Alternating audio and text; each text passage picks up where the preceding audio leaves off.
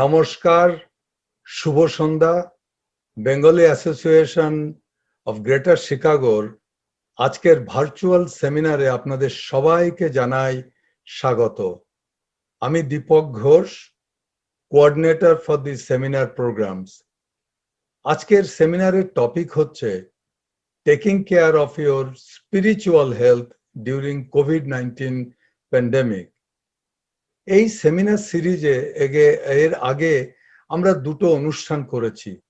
প্রথমটা ছিল taking care of your mental and emotional health during কোভিড-19 প্যান্ডেমিক, এবং দ্বিতীয়টা ছিল taking care of your physical health during কোভিড-19 প্যান্ডেমিক।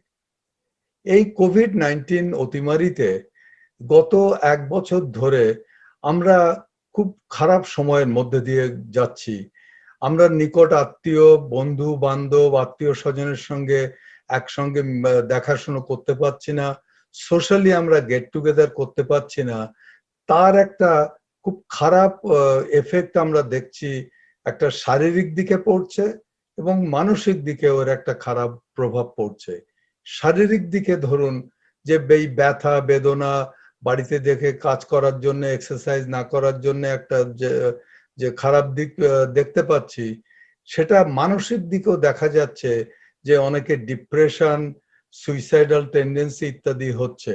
এই খারাপ প্রভাবটা দেখা যাচ্ছে আজকাল। আর একটা দিক যেটা আজকে আমরা চেষ্টা করছি বিএজিসি থেকে আপনাদের সামনে আনার জন্য, স্পিরিচুয়াল দিক। এই স্পিরিচুয়াল দিকটারও একটা নেগেটিভ এফেক্ট পড়ছে এই কোভিড-19 এর প্রভাবে। এই ধরুন আমরা মন্দিরে যেতে পারছি না, আমরা পুজোতে ইন পার্সন যেতে পারছি না। গত বছর আমাদের দুর্গাপুজো, কালী পুজো, এবছর সরস্বতী পুজো, কোনোটাই আমরা একসঙ্গে এক জায়গাতে ইন পার্সন যেতে পারিনি। তো তার ফলে যে আধ্যাত্মিক দিক বা স্পিরিচুয়াল দিকের একটা যে খারাপ এফেক্ট পড়ছে, সেটার থেকে আমরা কি করে বেরিয়ে আসতে পারি বা সেটার থেকে খারাপ এফেক্ট যাতে আমাদের জীবনে না পড়ে, তার এই প্রচেষ্টা আজকের এই অনুষ্ঠানে। তো আজকের অনুষ্ঠানের আবার বলে দিই, আমাদের টপিকটা হচ্ছে taking care of your spiritual health during কোভিড-19 প্যান্ডেমিক। আজকের এই টপিকের আমাদের বক্তা হচ্ছেন আমাদের খুব শ্রদ্ধেয় একজন স্বামী ঈশাত্মানন্দজি। উনি হচ্ছেন বিবেকানন্দ বেদান্ত সোসাইটির প্রধান স্বামীজি। স্বামীজির কোনো পরিচয় বিএজিসির কাছে করতে যাওয়া আমার পক্ষে ধৃষ্টতা মাত্র। স্বামীজি আমাদের খুব অতি কাছের লোক, অতি আপন লোক। স্বামীজি রেগুলার বেসিসে প্রতি মাসে বিএজিসির কোনো না কোনো প্রোগ্রামে আমাদের অনুষ্ঠানে আসেন, আমাদের নানা রকম কথা বলেন, বক্তৃতা দেন। তো আজ আমরা সত্যিই কৃতজ্ঞ স্বামীজির কাছে যে আজ এই ব্যাপারে উনি আমাদের কিছু বলবেন। আর এই স্বামীজির কথা শেষ হওয়ার পরে আজকে আপনাদের জন্য একটু রেখেছি ভক্তি গানের একটু ব্যবস্থা, সে সম্বন্ধে আমি পরে বলবো। তাই চলুন আগে শুনি স্বামীজির কাছ থেকে আজকের প্রোগ্রামের স্পিরিচুয়াল হেলথের উপরে এই কোভিড-19 এর সময় যে কি আমরা করতে পারি। নমস্কার, আমার নাম স্বামী ঈশাত্মানন্দ। আমি Vivekananda Vedanta society of Chicago Homer গ্লেনে এই আশ্রমেতে থাকি। আমরা রামকৃষ্ণ মিশনের সন্ন্যাসী। আমি একটু ভাবছিলাম আপনাদের সঙ্গে আলোচনা করব, এই যে প্যান্ডামিক চলছে গত এক বছর উপর হয়ে গেল, সমস্ত মানুষ তারা বিচ্ছিন্ন হয়ে গিয়েছে। মানুষ তার পরিবার পরিজনের বন্ধুদের কাছে যেতে পারছে না, সমাজে কোথাও মিশতে পারছে না, বাচ্চারা তাদের স্কুল বন্ধু বান্ধবের কিছু হচ্ছে না। তার সঙ্গে সঙ্গে অর্থনীতিটাও ভীষণভাবে ভেঙে পড়ছে চতুর্দিকে। একটা ভয়, একটা হতাশা সমস্ত মানব সমাজকে গ্রাস করেছে। খানিকটা এই কিছুদিন হলো একটু ওষুধ বেরিয়েছে, ভ্যাকসিন বেরিয়েছে, খানিকটা কিছু লোক তারা ভ্যাকসিন পাচ্ছেন, খানিকটা আশা জাগছে। তারপরেও ডাউট মনের মধ্যে, এই ভ্যাকসিনে কাজ হবে কি না। নানান রকমের কথাবার্তা শোনা যায়, কিছু সায়েন্টিফিক, কিছু আনসায়েন্টিফিক, না বুঝে না জেনে সব বলা। তোমার একটা বলা যেতে পারে সব মিলিয়ে একটা ভয়ের বাতাবরণ। এই অবস্থায় আমরা বাঁচবো কী করে? এইভাবে তো ঠিক বাঁচা যায় না। আর এইভাবে করতে করতে একটা মানসিক বিকৃতি এসে যেতে পারে। মানুষের যে স্বাভাবিক যে গ্রোথটা, সেটা বন্ধ হয়ে যেতে পারে। তো তখন আমার মনে হচ্ছিল আমরা তাহলে কি করতে পারি। তো এখানে আমরা তো সন্ন্যাসী, আমাদের সব কিছুই তো এই ভগবান নির্ভর। আমাদের তখন মনে হচ্ছিল আধ্যাত্মিক জীবনটা, এইটা যদি আমরা এই সুযোগে ডেভেলপ করতে পারি, কেননা আমরা যেতে পারছি না সামাজিক কোনো কিছুতে, ইচ্ছা থাকলেও যেতে পারছি না, বাড়িতে থাকতে হচ্ছে, তো আমরা একলা হয়ে যাচ্ছি। তো কিভাবে আমরা এই সময়টাকে ব্যবহার করতে পারি? আমাদের এই যে জীবন, এই জীবনের সঙ্গে সঙ্গে আর একটা জীবন আছে। এই জীবনটা যেটাকে আর একটা জীবন বলা হচ্ছে, সেটাকে বলা হচ্ছে আধ্যাত্মিক জীবন। এবার এসে যাচ্ছে খানিকটা বিশ্বাসের, খানিকটা প্রমাণ। কিছু লোক তারা বলে না, আমি সব বিশ্বাস করি না। কিন্তু বিশ্বাসের কিভাবে আমরা বিশ্বাস করি? যখন আমরা নিজেরা দেখি, নিজেরা শুনি, নিজেরা স্পর্শ করি, অর্থাৎ প্রত্যক্ষ অনুভব যখন করি। প্রত্যক্ষ অনুভব কি করে করি? আমাদের 5টা ইন্দ্রিয় আছে, এই 5টা ইন্দ্রিয় দিয়ে যখন আমরা কোনো কিছু পাই। 5টা ইন্দ্রিয় হলো চক্ষু, কর্ণ, নাসিকা, জিহ্বা আর ত্বক। এই 5টা ইন্দ্রিয় দিয়ে যখন আমরা কিছু করি, তো আমি কোনো কিছু টেস্ট করলাম, কোনো কিছু খাচ্ছি, জিভেতে দিলাম, দিয়ে মনে হলো ও এটা বোধহয় কলার বড়া হবে, কলা দিয়ে তৈরি। তবে দেখে তো একেবারেই না, কলার সঙ্গে সম্পর্কই নেই, ওটা একেবারে অন্য কোনো জিনিস। তাহলে আমার জিভ আমাকে ঠকালো। তো জিভের যে স্পর্শ, সেখান থেকে যে স্বাদ, সেই স্বাদটা আমি তো ডাইরেক্টলি হওয়া সত্ত্বেও জানতে পারলাম না। একটা কনভেক্স যদি ওই মিররের সামনে গিয়ে দাঁড়ায়, আয়নার সামনে গিয়ে দাঁড়ায়, চেহারাটা বিকৃত চেহারা দেখাবে। আমি তো ওরকম নই, কিন্তু আমিই দেখছি। আবার একটা শব্দ শুনলাম, মনে হলো কেউ যেন আমাকে ডাকলো, কিন্তু সত্যিকারে কেউ ডাকেইনি। আমার মনের মধ্যে থেকে এরকম শুনলাম শব্দটা একেবারে। তাহলে আমার চোখ, আমার কান, আমার নাক, আমার সমস্ত ইন্দ্রিয়গুলো আমাকে কিন্তু ঠকাতে পারে। তাহলে প্রত্যক্ষ কী করে বলবো যে আমি না দেখলে, না শুনলে বিশ্বাস করব না? এরপরে যে বৈজ্ঞানিক সমস্ত আবিষ্কারগুলো হচ্ছে, একটা আবিষ্কার হলো, হবার পর বললো যে এইটাই ফাইনাল। আবার কিছু বছর পরে আরেকজন এসে বললো না, এটাও নয়। তাহলে বৈজ্ঞানিক যে আবিষ্কারগুলো ল্যাবরেটরিতে হচ্ছে, তার উপরও তো নির্ভর করতে পারি না, ওটাও তো অনেক চেঞ্জ হয়ে যায়। তো প্রায় দেখা যায় খুবই মুশকিল হয়। বলছে যে যদি আপনি এইগুলো খান তাহলে খুব সুস্থ থাকবেন। কিছুদিন পরে দেখা গেল আরেকজন বললো সর্বনাশ, খবরদার ওগুলো খাবেন না, যে মুশকিল। এখন এই যে নানান রকম করছে, তাহলে আমরা করবোটা কি, বিশ্বাস করব কি করে? তখন আর একটা বলছে অনুমান প্রমাণ একটা আছে, প্রত্যক্ষ প্রমাণ, আর একটা অনুমান প্রমাণ, আর একটা হচ্ছে শব্দ প্রমাণ। 3 রকমের প্রমাণ। তো অনুমান প্রমাণটা কি? ভগবান কি আছেন? হ্যাঁ আছেন। কি করে বুঝি? যখন আমরা ভগবান শ্রীরামকৃষ্ণের জীবনটা দেখি, যখন চৈতন্য মহাপ্রভুর জীবনটা দেখি, যখন ভগবান বুদ্ধের জীবনটা দেখি, যখন যীশুখ্রিস্টের জীবনটা দেখি, তখন মনে হয় এই মানুষগুলো এত ভালোবাসা, এত নিঃস্বার্থপরতা এরা কোথা থেকে পেল? আর এরা ছুটে ছুটে যাচ্ছে, সব জায়গায় যাচ্ছে শুধু মানুষের কল্যাণের করবার জন্যে। তোমরা একটু ভালো থাকো, তোমরা মরালিটিটাকে ছেড়ে দিও না। তো এইরকমভাবে তারা সব বেড়াচ্ছেন, তাদের জীবনটা দিয়ে দিচ্ছেন। তো এই মানুষগুলো কি পেয়েছিলেন? বুদ্ধদেব চাইলে রাজত্ব পেতে পারতেন, তিনি নেননি। এত পপুলার ছিলেন যীশুখ্রিস্ট, চাইলে উনি কিন্তু তখন একটা বিরাট রাজা হতে পারতেন, নেননি। চাননি। আমরা দেখছি প্রচণ্ড শক্তির অধিকারী হওয়ার সত্ত্বেও ভগবান শ্রীরামকৃষ্ণ অতি সাধারণভাবে, এত ক্ষমতা ছিল যে তখনকার দিনে বিখ্যাত লোকেদের সামনে গিয়ে দাঁড়ালেই তারা তার কথা শুনতে বাধ্য হতো। শ্রীরামকৃষ্ণের সমসাময়িক কেশবচন্দ্র সেন সম্পর্কে বলা হতো এত বড় বাগ্মী, এত তার প্রতিভা, ব্যক্তিত্ব, যে কুইন ভিক্টোরিয়া তাকে ডেকেছিলেন তার সঙ্গে ডিনার খাবেন বলে। এত সম্মান ছিল, পরাধীন ভারতের একজন ভারতীয় এত সম্মান পেয়েছিলেন, লোকেরা এত মানত, সারা ভারতবর্ষ নাম জানত।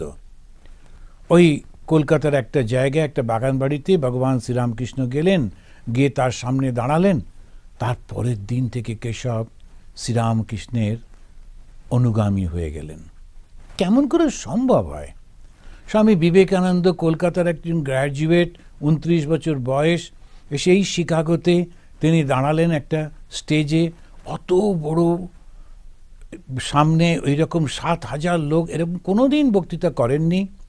আর ইংলিশে তো না, আর ছোট ছোট এখানে ওখানে কথা বলেছেন, কিন্তু এত বড় বক্তৃতা করেননি। ওখানে দাঁড়ালেন, বললেন, আর কত সাধারণ কথা বললেন, sisters and brothers of America. আমরা লিখছি না, আমরা বলছি না, এখানে আমার কাছে 2টো ভলিউম আছে, সেখানে যারা অর্গানাইজার তারাই বলছেন যে 7,000 people stood up and clapped for 2 minutes। তারা নিজের পায়ে দাঁড়িয়ে পড়লো আর 2 মিনিট ধরে। কেন? এর আগেও কিন্তু ওইখানেতেই অনেকেই বলেছেন যে ব্রাদার্স অ্যান্ড সিস্টার্স, এই শব্দটা ব্যবহার হয়েছে। বিবেকানন্দ বলার পরে এইরকম একদম ম্যাসমারাইজড হয়ে গেলেন কেন? সবাই একেবারে মুগ্ধ হয়ে গেলেন। তার কারণ ওই আধ্যাত্মিক শক্তি। তাহলে অনুমান প্রমাণ, এই যে সব শক্তিগুলো আসছে কোথা থেকে, বিবেকানন্দ এতখানি শক্তি কোথা থেকে পেলেন, তার মানে নিশ্চয়ই কিছু আছে।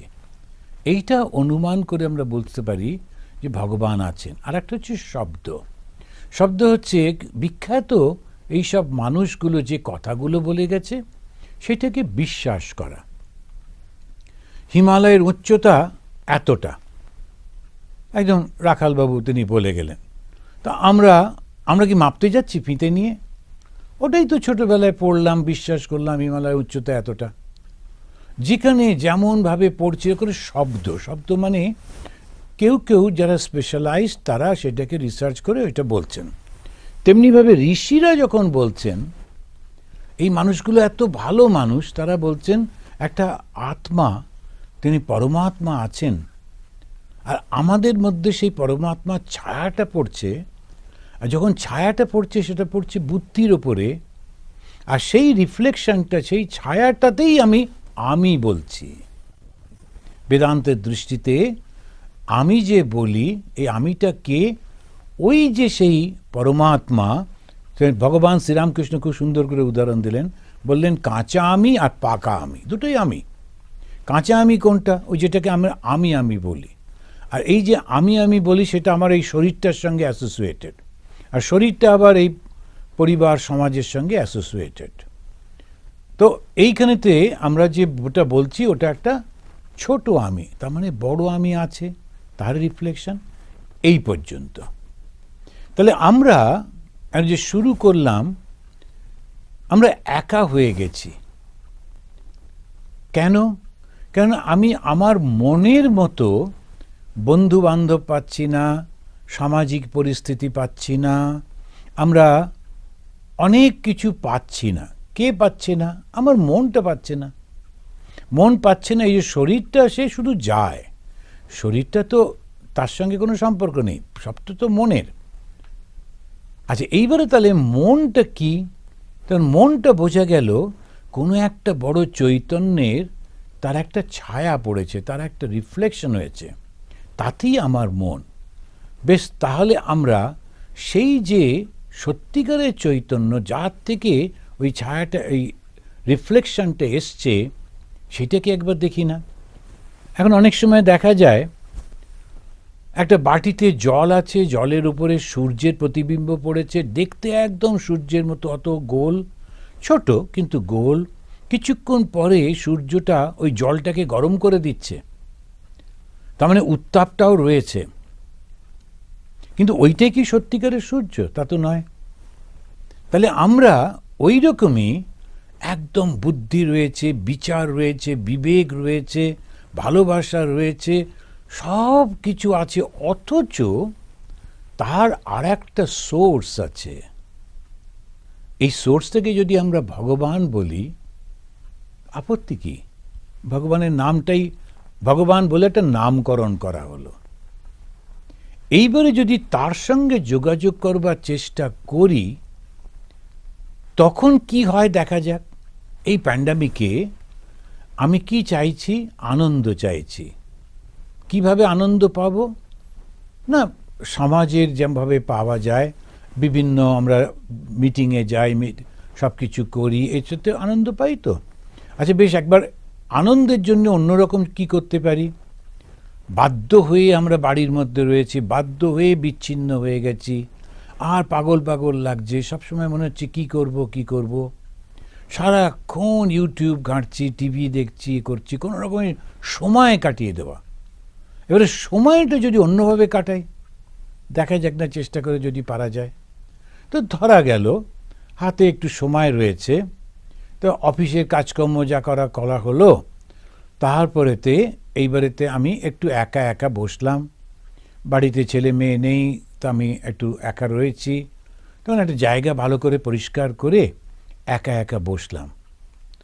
বসে যদি সম্ভব হয় মাটিতে যদি বসা যায়, যাকে স্কোয়াটিং বলে, তো সেই রকমভাবে যদি বসতে পারি, না হলে চেয়ারেই বসলাম, সোজা হয়ে বসলাম। বসে একটা দীর্ঘ শ্বাস নিচ্ছি, গ্রহণ করছি, inhaling as a long breathing. যখন নিচ্ছি তখন কল্পনা করছি, এই শব্দটা কল্পনা করছি যে আমার শরীরের মধ্যে একটা এনার্জি প্রবেশ করছে, আর সেইটা সারা শরীরে ছড়িয়ে পড়ছে। আমি আমার শরীরটাকে দেখতে পাচ্ছি, আমি চেয়ারে বসে আছি কি মাটিতে বসে আছি, আমি আমার শরীরটাকে দেখতে পাচ্ছি। কিরম যেন আমার হাত, আমার পা, আঙুলগুলো, সমস্ত পিঠ, বুক, আমাদের সমস্ত অঙ্গ প্রত্যঙ্গ আমি দেখতে পাচ্ছি। আমি আমার শরীরটাকে দেখছি, কিরম একটা আলোর জ্যোতি, সেটা একদম মাথা থেকে পা পর্যন্ত গিয়ে আমাকে উজ্জীবিত করছে। আবার যখন ত্যাগ করছি, তখন আমার মনের বেদনা, আমার শরীরের কষ্ট, সব যেন একটা কালো ধোঁয়ার মতো ওটা বাইরে বেরিয়ে যাচ্ছে। আমি রিফ্রেশ হয়ে যাচ্ছি। আবার সেই নিলাম, খানিকক্ষণ ধরে আছি, দেখছি কিভাবে সেইটা আমার সারা শরীরে ছড়িয়ে পড়ছে, আর সমস্ত হাত পা সব কিছু কেমন ফ্রেশ হয়ে যাচ্ছে। আবার ধীরে ধীরে আমার শরীরের সমস্ত ব্যথা, বেদনা, দুঃখ সবটাকে বার করে দিচ্ছে। এই রকম করে বসে বসে, নাক টিপতে হবে না, কোনো কিছু না, শুধু দীর্ঘ শ্বাস নেওয়া, এবং এই শ্বাসটা মাথা থেকে একেবারে টো পর্যন্ত, গোড়ালি পর্যন্ত পৌঁছে যাচ্ছে, এইটাকে কল্পনা করা। কিভাবে করব? একটা আলো ধারা চলেছে সমস্ত শরীর ব্যাপী, আর যখন বেরিয়ে যাচ্ছে তখন একটা কালো ধোঁয়ার মতো বেরিয়ে যাচ্ছে, আর আমার খুব ভালো লাগছে। 11 বার করলাম, বুঝলেন? তাহলে এই যে বসাটা হলো, আমি আপনাদের আসতে অল্প অল্প করে একটু ধ্যান শেখাবার চেষ্টা করছি। যেমন আমরা বসা, সেটাকে বলে আসন। এরপরে এই যে নিঃশ্বাস নিচ্ছি আর প্রশ্বাস ত্যাগ করছি, এটাকে বলে প্রাণায়াম। প্রাণ মানে হচ্ছে বায়ু, তাকে আয়াম বা সংযত করা। কিভাবে সংযত করছি? আমি ওটাকে নিলাম, নেবার পর সারা শরীরের মধ্যে নিয়ে গেলাম, আবার আস্তে আস্তে করে, যেমন একটা সাদা কাপড় দিয়ে নোংরা জায়গা মুছলে কাপড়টা কালো হয়ে বেরিয়ে আসে, নোংরা হয়ে, আবার ধুয়ে টুয়ে আবার সেই কাপড়টা দিয়ে মুছছি, এরকমভাবে ফ্রেশ এয়ারটা নিচ্ছি, সেইটা সারা শরীরে ছড়িয়ে পড়ছে আলোর মতো, আবার ধীরে ধীরে শরীর থেকে সমস্ত ময়লাটা নিয়ে বেরিয়ে যাচ্ছে। 11 বার করলাম। এটা যেই করতে পারবো তখন মনটা হালকা হয়ে যাবে। এইবারেতে আমি আমার মনটাকে আমার ঠিক মাথার ওপরটাতে নিয়ে এলাম, একদম সেন্ট্রাল প্লেসে, এবং মনে করলাম যে ওখানে একটা ফুল রয়েছে, যে ফুলটার রং সাদা। সেই সাদা ফুলটা ওপর দিকে করেছিল, এবার আস্তে আস্তে সেটা উল্টো দিকে হয়ে গেল। আমার মাথার মধ্যে ফুলটা ঘুরে উল্টো দিকে হলো। আমি দেখতে পাচ্ছি আমার মাথার উপরে একটা ফুল, কল্পনা, খুব স্ট্রং কল্পনা করছি। আর ফুলটা সাদা, পাপড়িগুলো অসংখ্য পাপড়ি, প্রায় 1000 পাপড়ি, গুনতে হবে না, শুধু দেখতে হবে। অসংখ্য সাদা সাদা পাপড়ি, সুন্দর ফুলটা উল্টো দিকে, আর তার থেকে টপ টপ করে একটু মধু ঝরে ঝরে পড়ছে, এবং সেইটা ধীরে ধীরে আপনার শরীরের মধ্যে দিয়ে, শীত দাঁড়ার মধ্যে দিয়ে একদম শীত দাঁড়ার নিচে পৌঁছে যাচ্ছে, যেটাকে আমরা ওই সবসময় যোগীরা বলেন ওইটাই হচ্ছে শক্তির আসল মূল আধার। আধার মানে যেটাকে ধারণা করে, যে ধারণা করে, আর মূল মানে গোড়া, তাই মূলাধার একসঙ্গে করে বলা হলো মূলাধার। এই মূলাধার থেকে ওইটা গিয়ে গিয়ে পড়ছে, আর ধীরে ধীরে ধীরে ধীরে সেখানে একটা আলোড়ন হচ্ছে এই শীত দাঁড়ার একদম গোড়াতে গিয়ে। আপনি চোখ বুজে কল্পনা করছেন, আর খুব একটা আনন্দ হবে। তারপরে সেইটা ধীরে ধীরে একটা আগুনের মতো একটু উত্তাপ অনুভব করছেন। তখন দেখছেন কীরকমভাবে একটা আগুনের শিখার মতো ওই মধুটা পড়েছে, ড্রপ ড্রপ করে সেটা চলে যাচ্ছে, আর ওই শিখার মতো ধীরে ধীরে আগুনটা আপনার শীত দাঁড়ার মধ্যে দিয়ে সোজা উঠে আসছে, ধীরে ধীরে ধীরে ধীরে। তখন এই 7টা ওখানে স্টেজ রয়েছে। তো প্রথমেই একটা ধীরে ধীরে 3টে পেরিয়ে চলে এলো হৃদয়ের কাছে। ওখানে এসে দেখলেন যে আর একটা ফুল রয়েছে, পদ্ম ফুল যদি কল্পনা করতে পারেন। সেই ফুলটা লাল রঙের, মাথার যে ফুলটা সাদা রঙের, সেইটা উল্টো করে ঝুলছে, আর তার থেকে ওই ড্রপটা পড়ছে, আর সেই ড্রপটা আপনাকে উজ্জীবিত করলো। 2, 3, 4টে ধীরে ধীরে শক্তিটা জেগে উঠলো, আগুনের শিখাটা সেইটা চলে এসছে এবারে উপরের দিকে এসে হৃদয় পর্যন্ত, এবং হৃদয়েতে একটা লাল পদ্ম ফুল।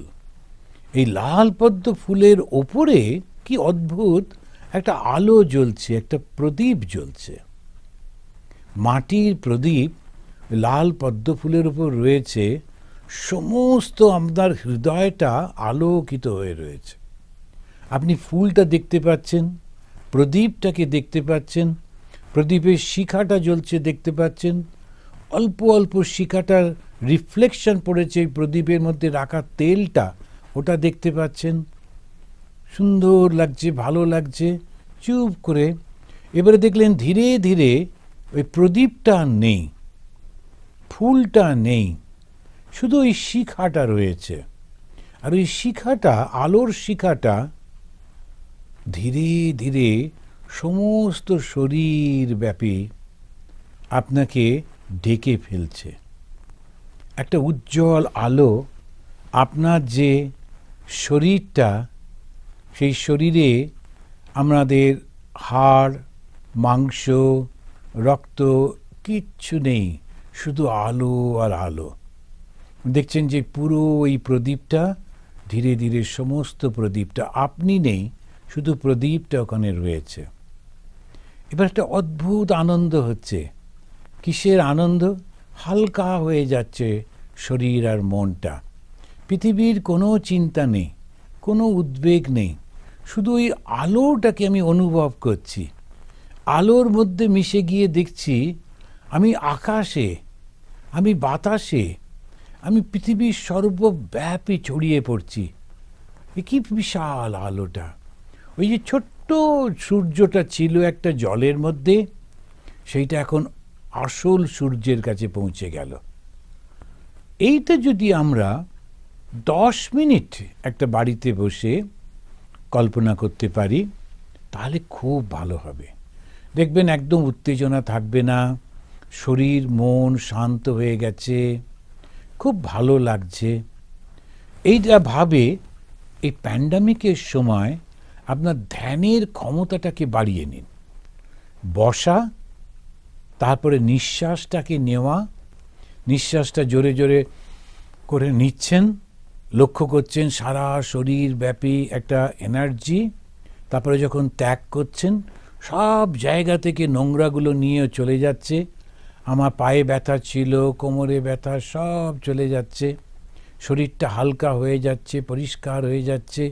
মনের মধ্যে হিংসা নেই, ক্রোধ নেই, রাগ নেই, কোনো কিছু নেই। মনটাকে শুদ্ধ পরিষ্কার করে দিল। আপনি ধীরে ধীরে শিশুর মতো শুদ্ধ পবিত্র হয়ে গেলেন। এর পরেতে ওই মাথাতে চিন্তা করতে হবে ওই ফুলটা সাদা ফুল, তারপরে সেই অমৃতক্ষরণ হচ্ছে। সেই অমৃতক্ষরণেতে আপনার মূলাধারের শক্তি জেগে উঠছে। সেই শক্তি আপনাকে আবার পৌঁছে দিচ্ছে হৃদয়ে।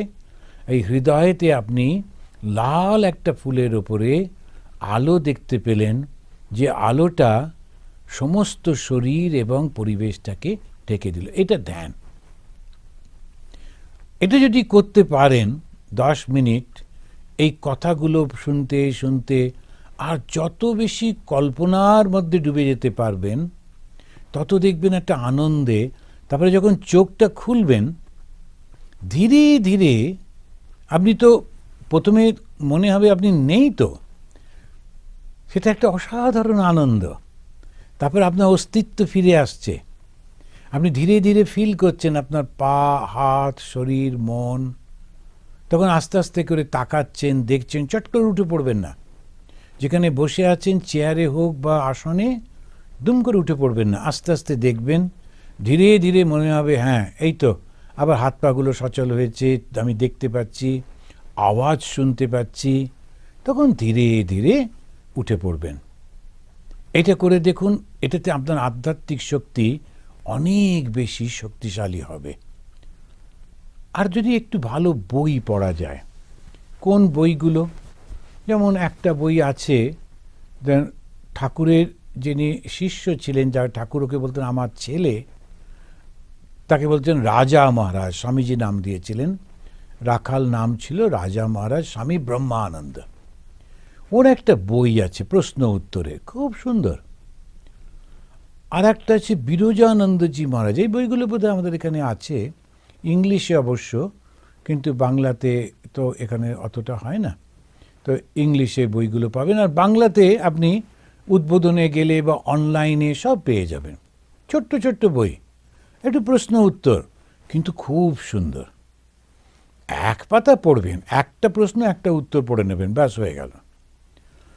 একটা সময় রাখবেন একটু মিউজিক শোনার জন্য, খুব ভালো গান কিংবা খুব সুন্দর বাজনা, যে বাজনাটা আপনার মনটাকে শান্ত করবে। এই প্রচণ্ড যে মিউজিকগুলো যেটাকে উত্তেজিত করে, ওইটা নয়। বাঁশি শুনছেন, সেতার শুনছেন, কিংবা সুন্দর ভজন শুনছেন, একটা গান শুনছেন। ক্লাসিক্যাল মিউজিক যদি ভালো লাগে, ক্লাসিক্যাল মিউজিক শুনলেন। একা একা খুব সুন্দর লাগবে। এইগুলো হচ্ছে আপনার আধ্যাত্মিক জীবনটাকে গঠন করতে খুব সাহায্য করবে। আর একটা যখন প্র্যাকটিক্যাল, যেটাই আপনি খেতে যাচ্ছেন, খাবার আগে মনে মনে কল্পনা করবেন, যদি কোনো দেবতাকে আপনি ভালোবাসেন, দেবীকে ভালোবাসেন, একেবারে যদি কিছু না, তাহলে হিমালয়কে উদ্দেশ্য করে বা মা গঙ্গাকে, গঙ্গা ধারাকে উদ্দেশ্য করে একটু প্রথমে মনে করবেন আমি দিচ্ছি, তারপরে সেটা গ্রহণ করবেন। যারা ভগবানকে বিশ্বাস করেন, তখন বলবেন ঠাকুর তুমি একটু খাও, মা তুমি একটু খাও, তারপরে নিজে গ্রহণ করবেন। খাবার সময়তেও ভগবানের চিন্তা হলো, অন্য সময় এটা হলো, একটু বই পড়া হলো, সব মিলিয়ে আপনার 1 ঘন্টা যথেষ্ট। গান শোনা হলো, ভজন টজন হলো, ধ্যান হলো, বই পড়া হলো, টোটাল যদি 1 ঘন্টার সময় আপনি দেন সারা দিনে, আপনার দেখবেন অদ্ভুত একটা আনন্দে মনটা ভরে গেছে। আর ওই যে ধ্যানটা করছেন, ওই যে বইটা পড়ছেন, ওই ধ্যানটা করবার পর আস্তে আস্তে উঠে সঙ্গে সঙ্গে দূরে চলে না গিয়ে একটু গান শুনবেন, তারপরে একটু ভালো বইটা পড়বেন, পরে সমস্ত মনটাকে ওই 1 ঘন্টার মধ্যে একটু রেখে দেবে, তারপরে আবার স্বাভাবিকভাবে যেমন হয় সেরকম। কিন্তু করে দেখুন, তখন আপনার মনটা না বারবার টানবে ওই 1 ঘন্টার দিকে। 24 ঘন্টার মধ্যে যদি আপনার মনটাকে আপনি 1 ঘন্টা একটু সময় দেন, আপনার মন আপনাকে আনন্দে ভরিয়ে দেবে।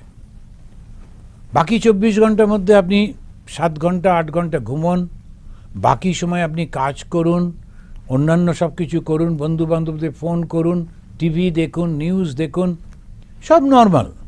কিন্তু ওই 1 ঘন্টা শুধু আপনি আপনার মনটাকে দিন, তখন দেখবেন আপনার প্যান্ডামিক মনেই হবে না, আপনি বিচ্ছিন্ন বলে মনেই হবে না, তখন খালি মনে হবে আমি একলা থাকতে পারলেই ভালো।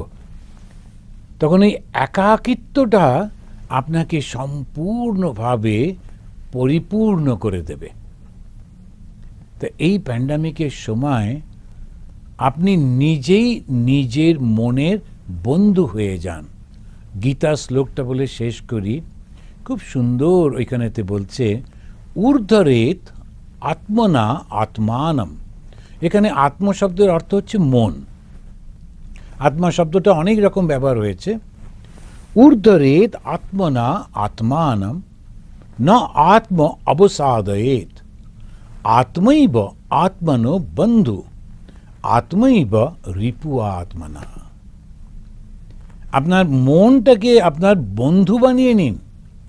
কেউ আমাকে দুঃখ দেয়নি, কেউ অপমান করেনি, কেউ কোনো কষ্ট দেয়নি, শুধু মুধু আমি এটা ভাবছি আমি আমার মনের বন্ধু, আমি আনন্দে আছি সব সময় সব পরিস্থিতিতে। যেই মনটাকে বন্ধু বানিয়ে নেবেন, মনের একটা অসাধারণ শক্তি আছে। কেন? ওই মনটা তো আসলে যিনি সেই সুপ্রিম মাইন্ড, যেটাকে ব্রহ্ম বলা হয়, তারই তো রিফ্লেকশন। সুতরাং যেই মনটা বন্ধু হয়ে গেল, তখন দেখবেন আপনি আনন্দে থাকবেন, খুব ভালো লাগবে। তো ভালো লাগলো, আপনার এইটাই মনে হচ্ছিল আপনাদের সঙ্গে একটু বলি। একেবারে ভয় পাবেন না, কোনো কিছু নেই। যতদিন থাকবো আনন্দে থাকবো, এবং আশেপাশে যারা আছে তাদের সবাইকেই আনন্দে দিয়ে থাকবো। ভালো থাকুন, সুস্থ থাকুন। জয় ঠাকুর, জয় মা। শান্তি শান্তি শান্তি। স্বামীজিকে জানাই আমাদের অশেষ কৃতজ্ঞতা। স্বামীজির এই কথাতে মন ভরে গেল। এই কথাগুলো শুনে অনেক কিছু জানলাম। আমি আপনাদের কথা জানি না, আমার কিন্তু খুব ভালো লেগেছে, মনটা খুব ভালো লেগে গেল। তাই এবার চলুন, আগে যেটা বলেছিলাম, আজকে একটু ভক্তিগীতির গানের ব্যবস্থা রাখা হবে। তো আজকে আমাদের সঙ্গে এই ভক্তিগীতির জন্য একজন খুব সুগায়িকা আছেন। ওর নাম হচ্ছে অনন্যা ঘোষ। অনন্যা প্রথমে করবে একটা মহামন্ত্র স্তোত্রের গান, ও পরে 2খানা ভক্তিগীতি ভজন। তো চলুন অনন্যার কাছ থেকে প্রথমে শুনি প্রথমে স্তোত্র গান এবং পরে 2খানা ভজন গান।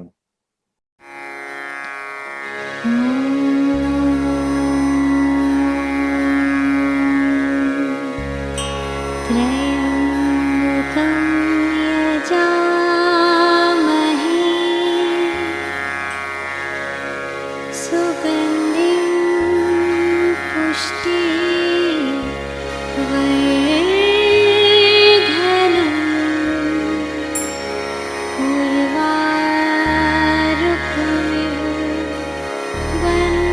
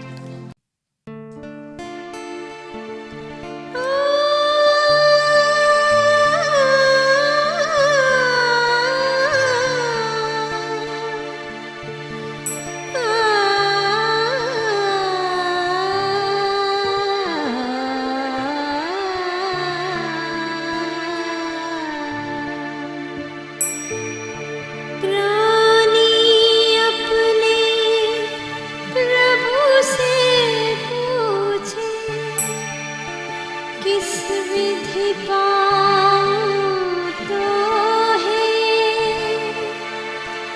प्रभु कहे तो मन को पाले आ जाएगा मोहे तोरा मन दर्पण कहलाए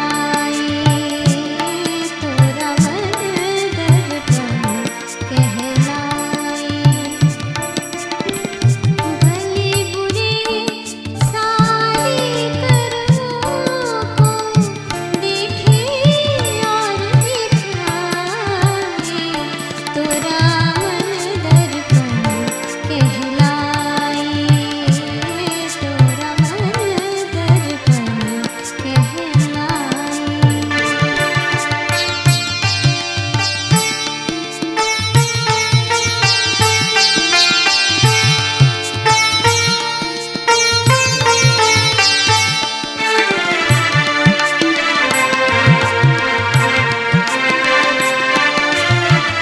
मन ही देवता मन ही ईश्वर मन से बड़ा न कोई मन ही देवता मन ही ईश्वर मन से बड़ा न कोई मन उजियारा जब जब फैले जग उजियारा हो इस उजले दर्पण पे प्राणी धूल न जमने पाए तोरा मन दर्पण कहलाए तोरा मन दर्पण कहलाए भले बुरे सारे कर्मों को देखे और दिखाए तोरा मन दर्पण कहलाए तोरा मन दर्पण कहलाए तोरा मन दर्पण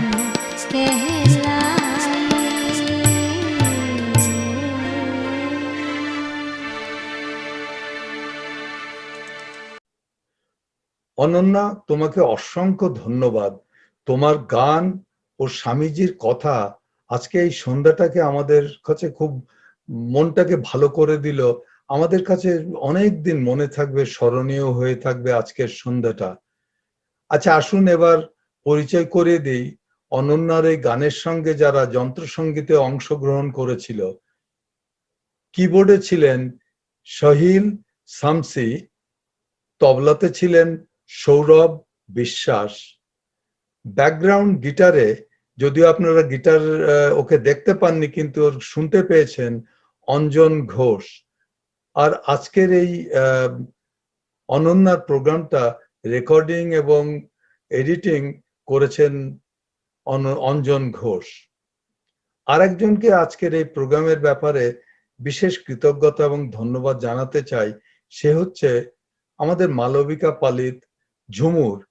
ঝুমুর এই স্বামীজির প্রোগ্রামের ভিডিওর কোঅর্ডিনেশন করা বা অনন্যার সঙ্গে পরিচয় করিয়ে দেওয়া ঝুমুরের অক্লান্ত পরিশ্রমের জন্য সম্ভব হয়েছে।